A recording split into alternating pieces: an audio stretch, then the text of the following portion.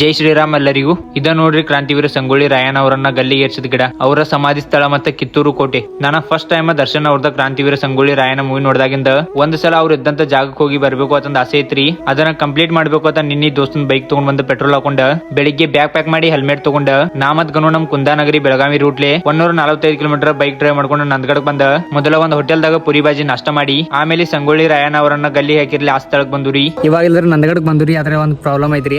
ಏನಂದ್ರ ಇವಾಗ ಇಲ್ಲದ್ರ ಇದಲ್ದ್ರ ವೀರಭೂಮಿ ಐತಿ ನೋಡ್ರಿ, ಅದಲ್ದ್ರ ಬಂದಿತ್ರಿ. ಈಗ ನೋಡ್ತಿರ್ಲಿ ಇದೆಲ್ಲದ್ರ ಮೇನ್ ಗೇಟ್ ಐತ್ರಿ ಒಳಗಡೆ ಹೋಗೋದ. ಇಲ್ಲಿ ಒಳಗಡೆ ಇಲ್ಲದ್ರ ಆಲ್ದ ಮರ ಐತ್ರಿ. ಅದಕ್ಕೆ ಎಲ್ಲದ್ರ ಕ್ರಾಂತಿವೀರ ಸಂಗೊಳ್ಳಿ ರಾಯಣ್ಣ ಮತ್ತೆ ಅವ್ರ ಇಲ್ಲದ್ರ ಸಾಥಿಗಳೆಲ್ಲ ಇದ್ರು ನೋಡ್ರಿ, ಅವ್ರನ್ನ ಬ್ರಿಟಿಷರ ಗಲ್ಲಿ ಏರ್ಸಿರ್ರಿ. ನೋಡಿಲ್ರಿ ಕ್ರಾಂತಿವೀರ ಸಂಗೊಳ್ಳಿ ರಾಯಣ್ಣ ವಸ್ತು ಸಂಗ್ರಹ ಎಲ್ಲ ಮಾಡಿದಾರ್ರಿ.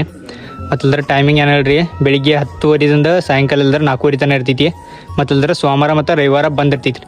ಇದಲ್ದ್ರ ಏನೇ ಇಲ್ದ್ರ ಮುಂದಿನ ತಿಂಗಳ 1 ತಾರೀಕಿಂದ ಸ್ಟಾರ್ಟ್ ಆಗೋಯ್ತಿ. ಮುಂದ ಈ ದೇಶದಾಗ ಮನಿಗೂ ದೇಶಾಭಿಮಾನಿ ಮಕ್ಳುಡ್ತಾರ.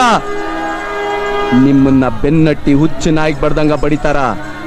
ಆಗ ನಟ್ಟ ನಡು ರಾತ್ರಿ ಆಗ ನಮ್ಮ ದೇಶ ಬಿಟ್ಟು ಕಳ್ರಂಗ ಓಡೋಗೋ ಪ್ರಸಂಗ ಬಂದೇ ಬರ್ತೈತಿ.